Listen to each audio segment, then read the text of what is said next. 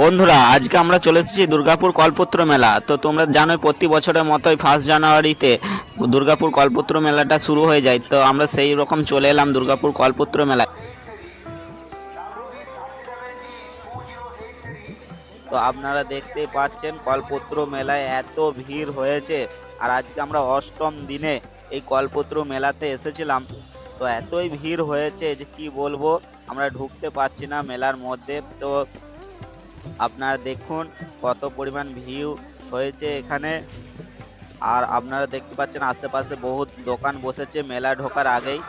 তো আমরা আস্তে আস্তে ভেতরে ঢুকে গেলাম। তো দেখো এখানটা কত সুন্দর লাগছে।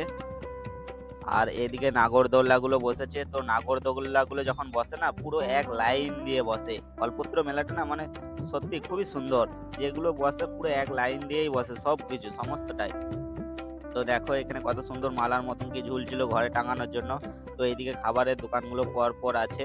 আর এদিকে বাচ্চাদের নাগরদোল্লা, বাচ্চাদের ঘোরবার মানে গাড়ি ছোট ছোট, মানে এখানে খুবই। আর এদিকে খাবারগুলো দেখো, আর এদিকে বেলুন ফাটানোগুলো দেখো কত সুন্দর লাগছে। পর পর পুরো পর পর সাজানো আছে মনে হচ্ছে। আপনারা যারা বেলুন ফাটাতে চান তারা পেয়ে যাবেন। আর এই নাগরদোলাটা দেখো, কল্পতরু মেলার বিশেষ আকর্ষণ হচ্ছে এই বিরাট বড় নাগরদোল্লা।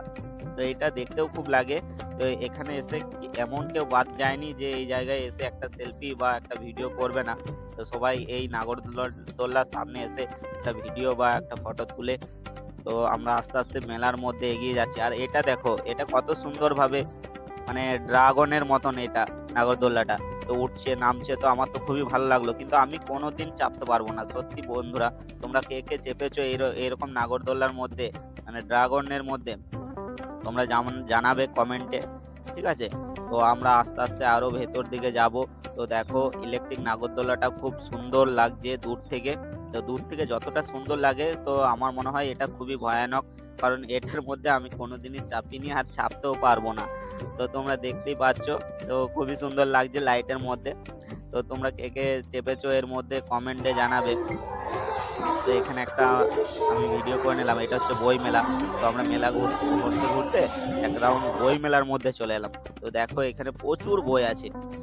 তোমরা যারা বই পড়তে চাও, ঠিক আছে, গল্পের বই থেকে শুরু করে স্কুলের বই যেগুলো পাচ্ছ না, তারা এই কল্পতরু মেলা বই মেলাতে এসে পথে তোমরা একবার খোঁজ করে দেখতে পারো, তোমরা নিশ্চয়ই পেয়ে যাবে। তো আমরা এই বই মেলার মধ্যে একটা গল্পের বই নিয়ে নিয়েছি, সুনীল গঙ্গোপাধ্যায়, মানে কাকা বাবু সন্ত, ঠিক আছে? তো এর মধ্যে কিছু গল্প আছে। আর মেলার মধ্যে একটা ক্যালেন্ডারও পাওয়া গেল বই মেলার মধ্যে। তো খুবই সুন্দর লাগলো বই মেলাটা। তো আস্তে আস্তে বই মেলাটা আমরা পুরো দোকানগুলোকে দেখলাম। তো খুবই